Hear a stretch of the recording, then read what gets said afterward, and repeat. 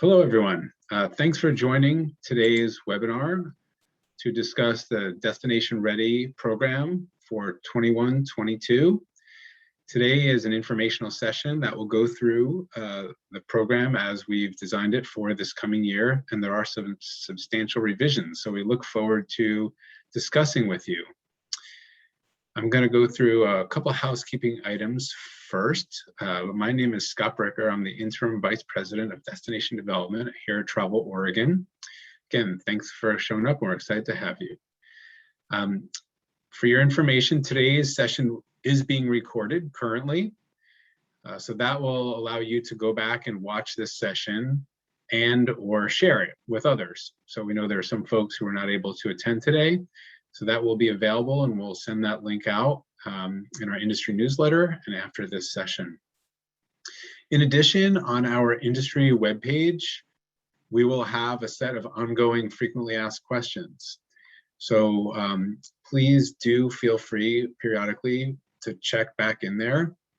And we're going to do our best today to answer questions, and ones that we don't answer, we will also post on the frequently asked questions part of our site. Speaking of questions, today that we encourage you to ask them in the Q&A section of your Zoom webinar. So if you look at your webinar interface, there is a Q&A button at the bottom. You can ask questions through there, and we will do our best to answer them. We have left a good amount of time for questions at the end. The questions will show up anonymously, and you also can like a question to help up-level it if there's something that you also have the same question. Again, if you don't have your question answered today, we will do our best to answer those on the question and answer section of our industry site. And finally, and we'll go over this again, if you have any questions, you can email us at development@traveloregon.com, and we will, again, do our best to answer questions to you directly and then post them on the frequently asked question section of our site. So now I'd like to introduce our Travel Oregon team. Again, I'm Scott Bricker and I serve as the Interim Vice President.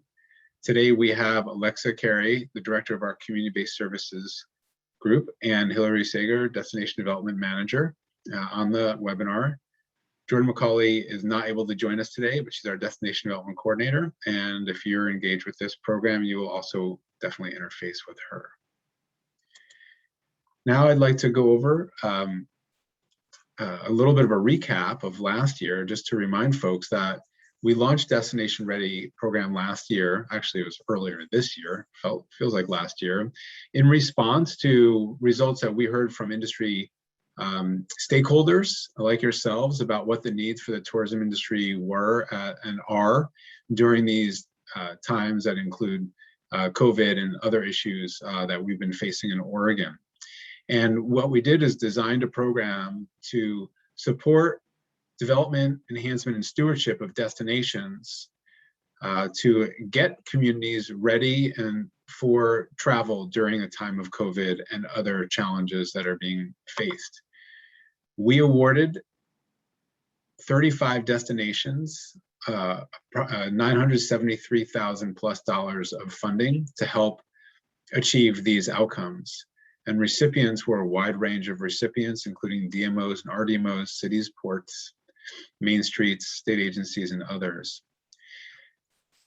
This year, we're looking forward to evolving that program to provide a deeper level of destination assessment and also queue funding communities up for future funding. So to provide a high-level overview of the program for the 21-22 cycle, we will maintain our focus on bolstering key tourism products and visitor experiences that will aid in destination recovery and resiliency. However, as referenced earlier, we will be, through this process, receiving applications, but we'll be awarding it to a smaller group of communities, approximately 12, to design an assessment program that will help identify key visitor experiences and projects that are needed to bolster and support those experiences. That destination assessment will happen over about a 4-month period, and you'll hear more about the timeline soon. The program is really geared for destinations that are seeking this kind of technical assistance to define their strategic project development opportunities. And communities that successfully complete this will be eligible for potential funding sources that Travel Oregon has. And we do have a number of funding sources that are available. So we are very hopeful that if you go through this program, that you'll be extremely competitive for those sources, and we're going to support you in the process as well for applying for those programs that will be rolling out in 2022. Next slide, please. A few deliverables just to clarify what you'd be getting if you were one of the destinations that were included in this process.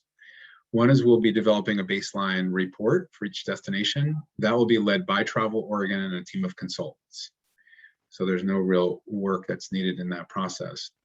We then will be working with our consultant team and Travel Oregon staff to work with your community to develop a strategic assessment of key tourism visitors, experiences, and products. And again, to help identify specific projects that could help advance those. Communities that go through this process will also receive a financial stipend to help offset your time. So there's no cost to this program. And in fact, we want to provide you with a financial stipend to support the organization that it may take over this period of time.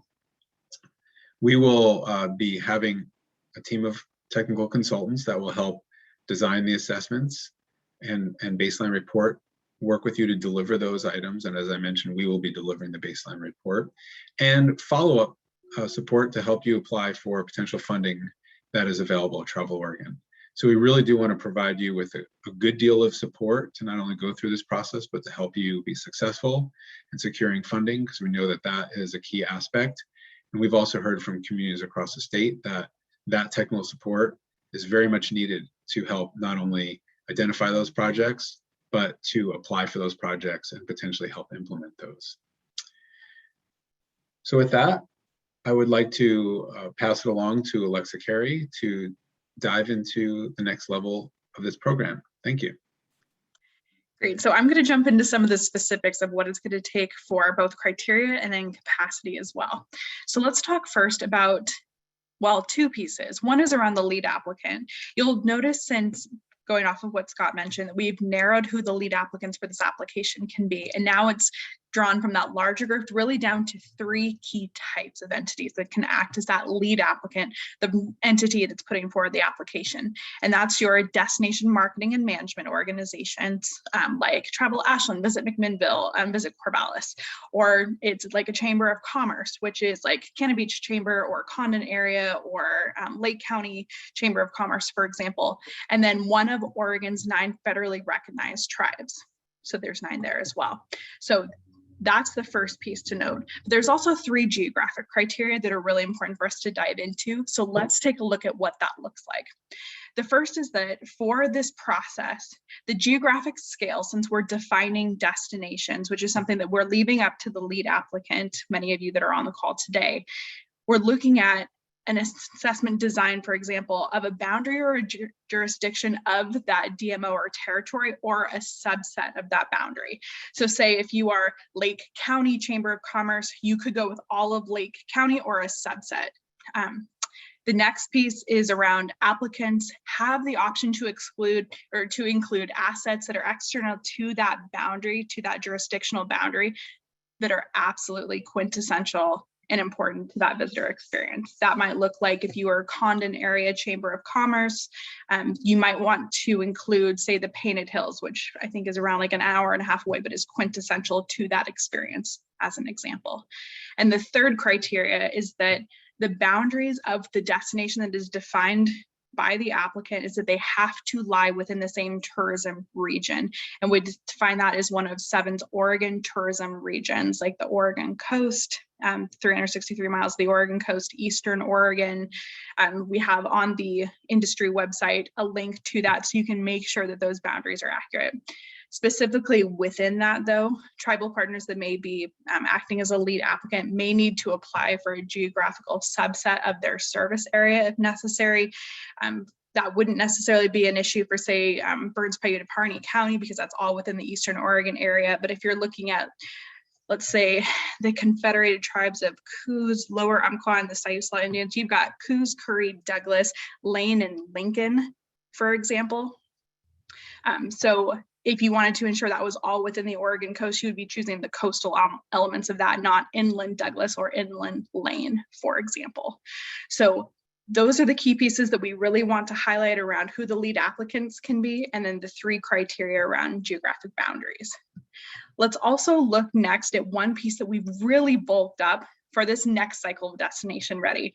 And that's recognizing that through COVID, through a number of the challenging crises that's been facing the tourism industry, the capacity of our partners is down. And so one of the things that we've heard out of this last iteration of the program is how important it is to make sure that our partners are being supported through this process. So now Travel Oregon's been offering a lot more contracted support that is supporting in a hand to communities to help implement this successfully. So we will have technical experts that are focused on supporting the assessment, that are doing the baseline report, that are providing technical assistance specifically around any type of project proposal or implementation is needed. And we will be managing those contractors. So that's not something that comes out of a budget of any community or out of this process.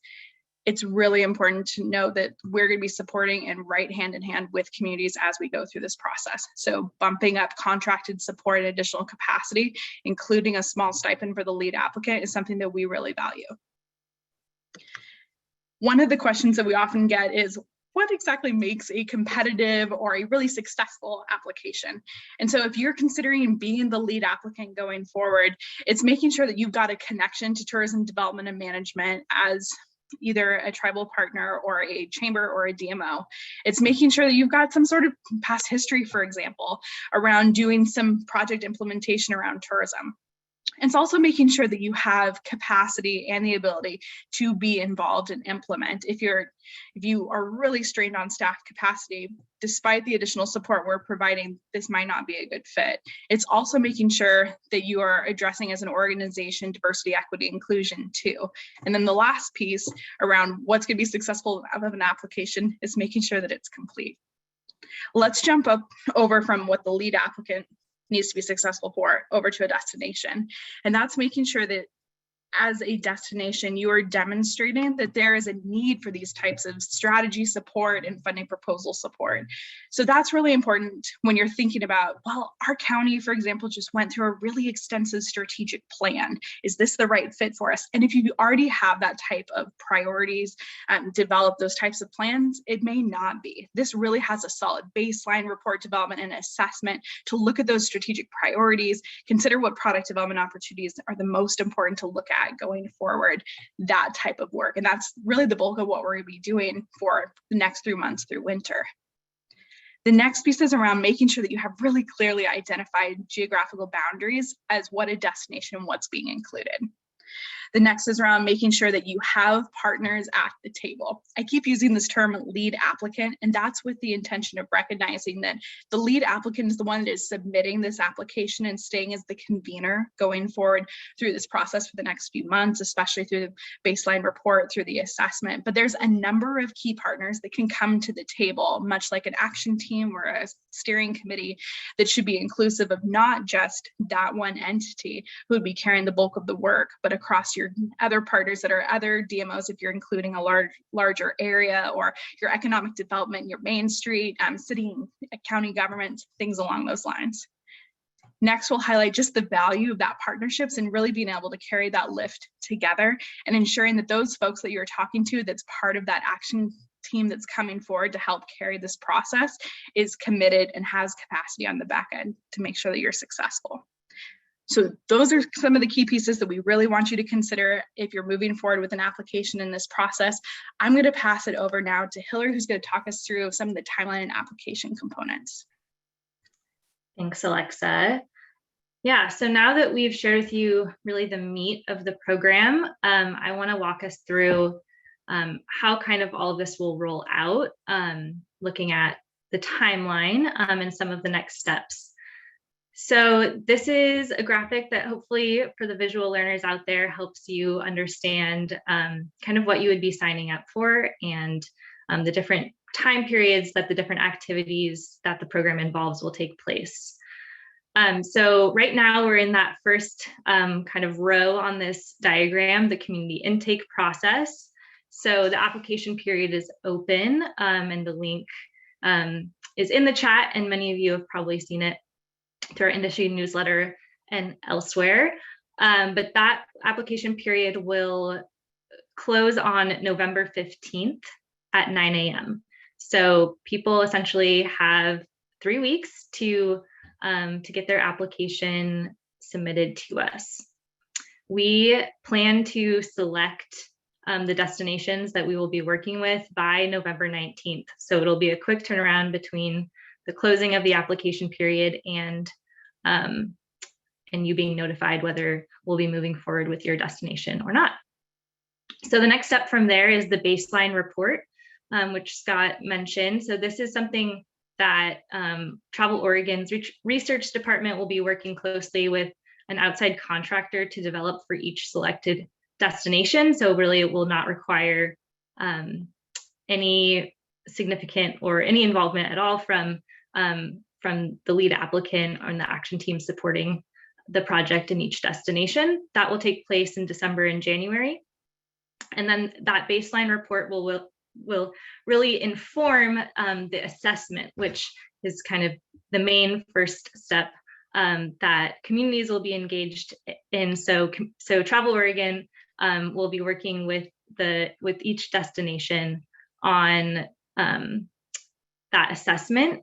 It'll look like a series of meetings, and more details about what's involved in that is available in the program overview information that is online. That work will take place between January and mid-March.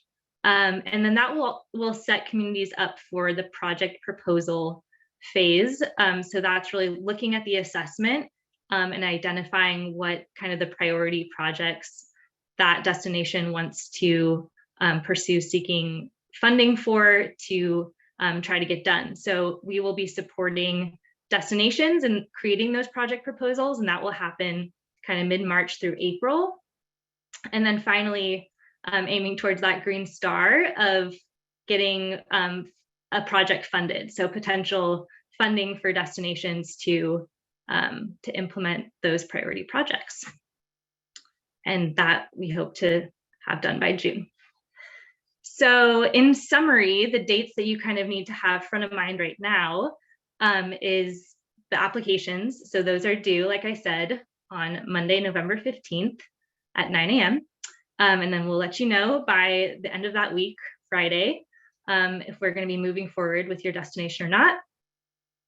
And then you kind of don't have too much to worry about until we have our kickoff meeting with the destinations that we'll be working with, and those kickoff meetings will happen in January.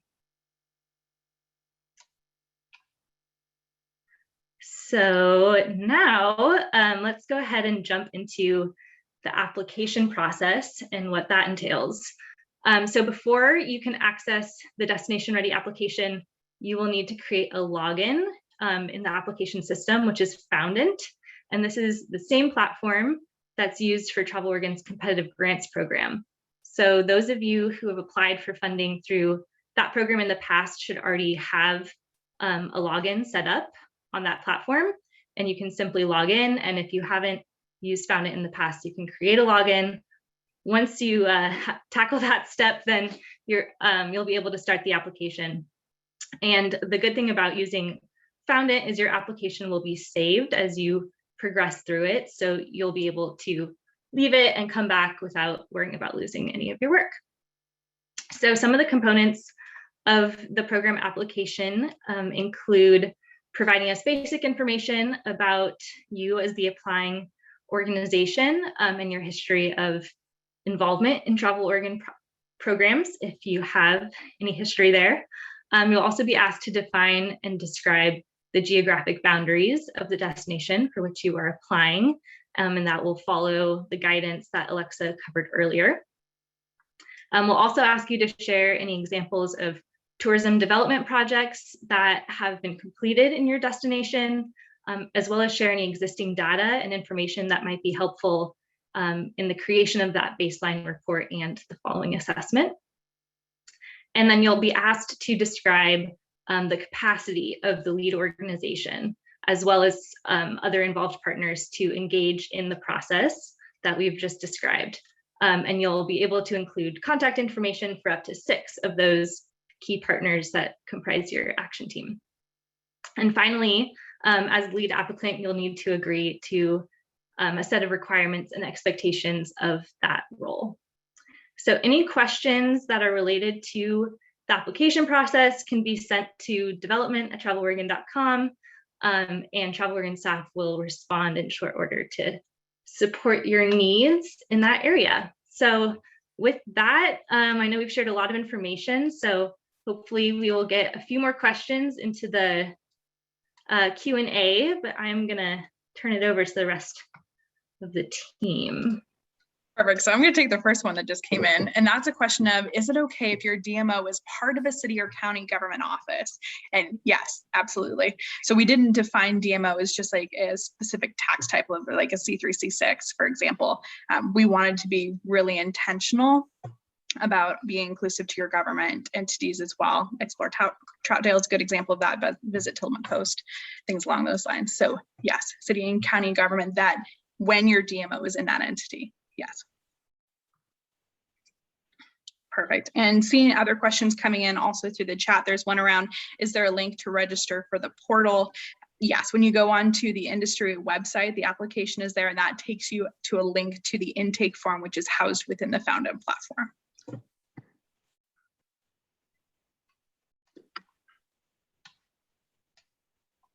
Perfect. What other questions come up for you all? So we just got a question in, what if you're both a DMO and a chamber? Which entity would be best to apply under? Totally. So I would say that coming from that angle, there isn't necessarily one that's better to use either as a DMO or a chamber. I think that's a pretty helpful element there. It can be either. There isn't one that has a preferential treatment. Okay, I'll throw out this next question. Where does a nonprofit 501c3 fit into this on the action team of a DMO, for instance?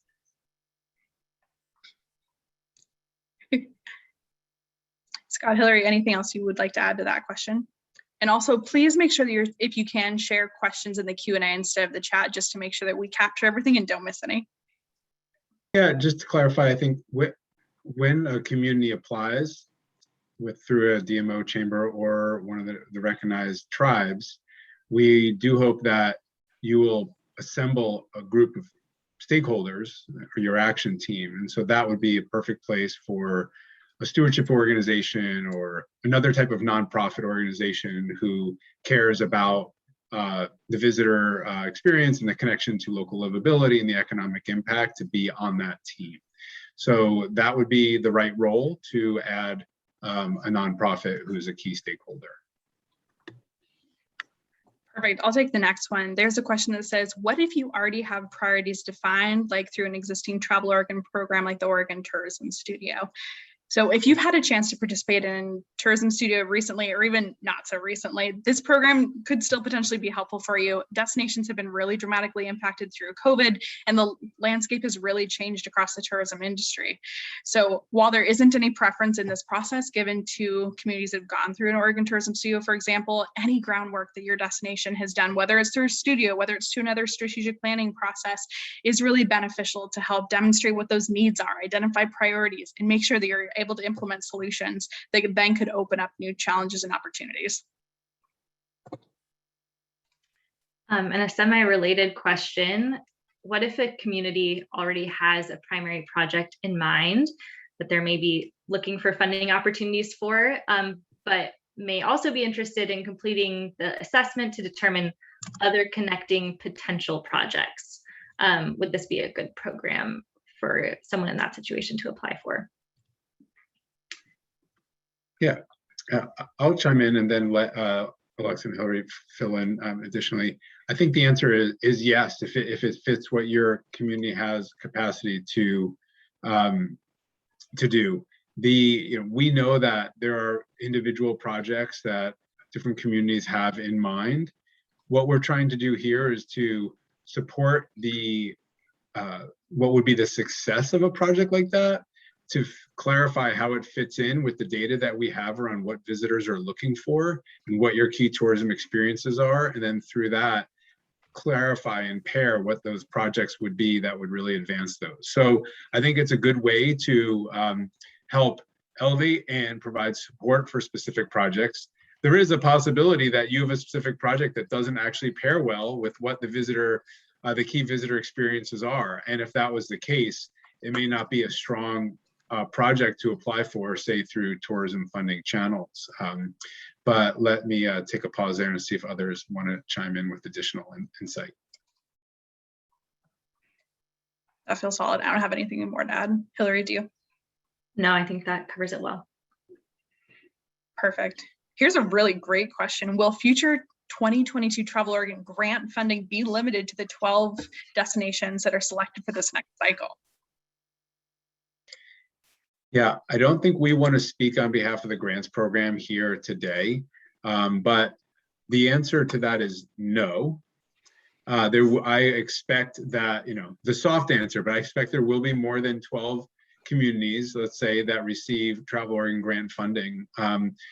But we are collaborating within our organization to create connectivity between the destination development programming, and specifically this Destination Ready program, and our funding portfolio. So the intention is to create connections and strength there. The direct answer to the question is no.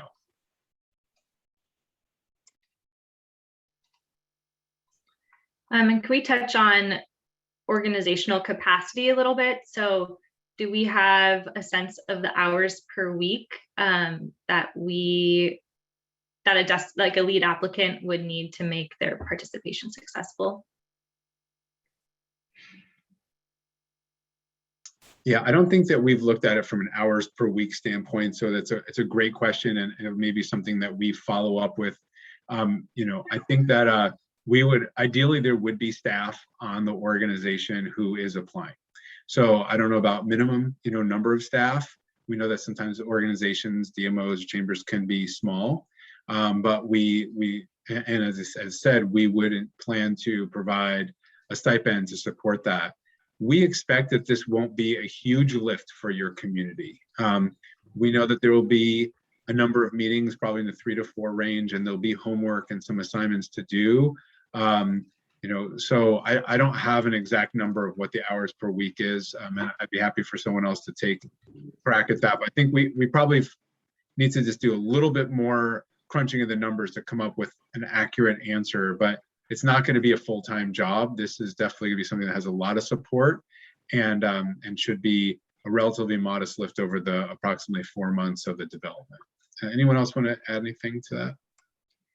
That feels really solid. I would say that looking at other similar processes, if I had to guess, it would be 20 to 40 hours really a month total.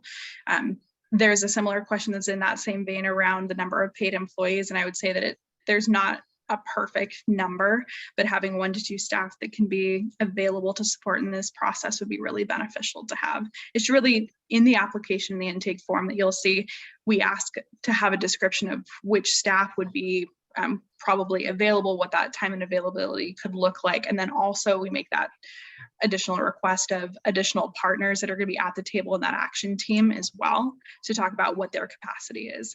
And going to Scott's point, we have designed this to really support capacity because we recognize that there's a lot of things that have shifted, including capacity of all the partners that are acting both as lead applicants and those that would be coming to the table on an action team. Yeah, and I know the only other 2 things I would add is, I think this has been mentioned already, but just to reiterate that there is a stipend provided upfront to the lead applicant. A financial stipend in support of capacity. I know that doesn't necessarily add additional hours to any given week, but that's one way that we hope to support as well. And then, if you have limited capacity as the lead applicant. I think if you have a strong project team and you can kind of delegate some of the tasks and general engagement among that team, then you will also be able to be successful. Great. I'll read the next question and then ask for a team to answer. Our DMO is relatively new and has not gone through the Oregon Tourism Studio process, nor have we completed any tourism development projects. Our city did develop a strategic tourism plan in 2016 and is in the process of sourcing a contractor to update the plan. Would we be eligible to apply for this program and possibly connect it with the city's contractor? It's a really great question. So first out of that says that there is an existing DMO, so that does make that eligible.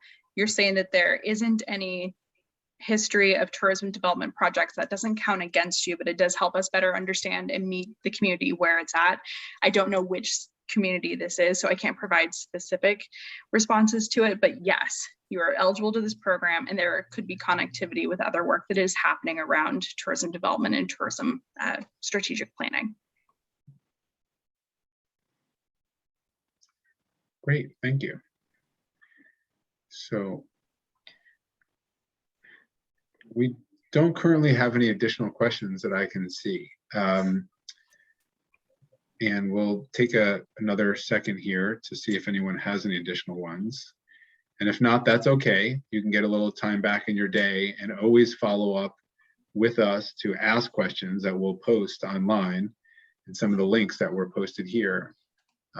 Also posted, linked here, I believe, was the development, maybe not, but development@traveloregon.com, which is where you would ask additional questions after this webinar.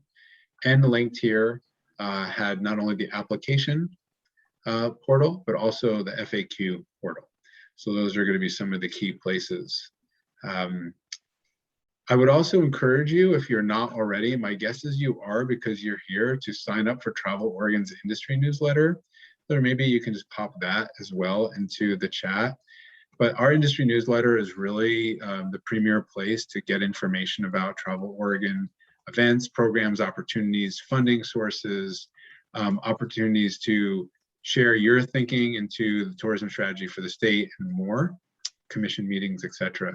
So I'd really strongly encourage you to sign up for that newsletter if you haven't already.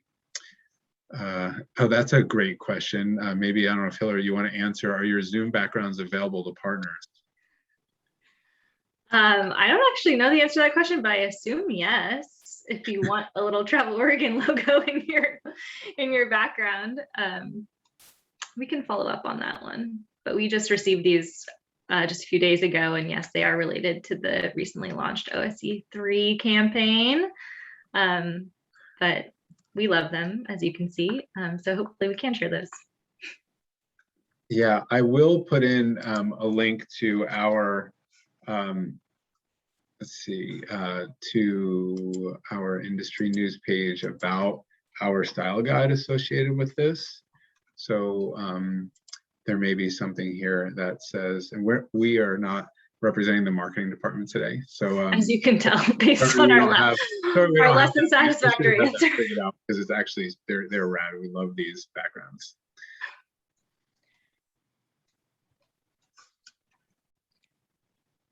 So one more question, how many applications can a specific destination submit?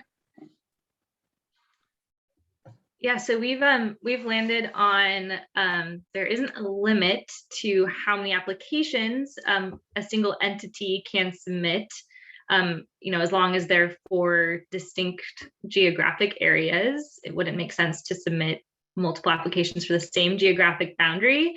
But if you are an entity that represents maybe a couple different tourism regions, since that is one of the parameters, you can submit multiple applications, but just know that we will only be selecting up to one application or one destination per applicant. So you will not be rewarded potentially multiple projects within Destination Ready if you do submit multiple applications. Great question. Perfect. Another one. If a participant that's on the call today isn't part of one of those three categories, say they are another type of nonprofit stewardship organization or a government entity, how do they make sure that they are involved with any potential applications going forward from their community as a destination? Alexa, I feel like you're actually the best person to answer that question. Who you want to take a crack at it, and then we could fill in. Definitely. So if you are not the lead applicant entity, it's so important just to recognize the value of building that connection with that DMO or tribal partner who can be that lead applicant, and making sure that you are involved, that you're reaching out saying, hey, I know about this opportunity. Maybe that DMO or tribal partner isn't on the call today, for example, and making sure that they're aware, and then you can collaboratively build that partnership group, that action team that's going to move this process forward. So another fun question to throw at everyone: what happens if you're from a community that doesn't have a DMO, a chamber, or a tribal partner representing the area? Then what? For someone in that situation, I think we would recommend reaching out to your regional destination marketing management organization, who is not eligible to apply for this program, but will be able to discuss with you how you might be able to do some more foundational work in your specific unrepresented area to kind of engage with the tourism ecosystem. So yeah, that in that scenario, you probably do have some foundational work that needs to happen before you would be eligible for something like this. But we'd love to see you kind of work with your RDMO to figure out some pathways there. Yeah, and I just add a little bit more, and I put in the chat information about the Oregon Destination Association, and they're a statewide nonprofit organization that works to support what we affectionately call DMOs, which is destination management or destination marketing organizations in the state. So if you're a community that doesn't have a DMO currently and really think that that would help, and it would help advance tourism and economic development in your community, definitely reach out to them as well as your RDMO, and that would be an additional resource for you to go down that pathway. I will say that this is, for us, this is a new version of what we have done in the past, and so we are limiting it to approximately 12 communities to go through this, so that we can work with you to ensure that this program is well supported and well done. And we also will take those learnings into future years of programming. So if for some reason you're not available to do this time, like for example, you don't have a DMO, but that's maybe something that comes to fruition in the next year or two, we definitely want to be part of the ecosystem to support you.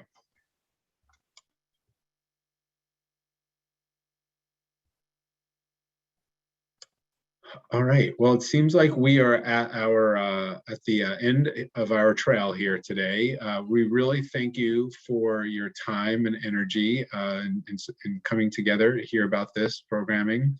We really hope to be able to collaborate with you and your community. Feel free to reach out to us. We will be responsive and do our best to answer your questions and support you in a successful application into this program.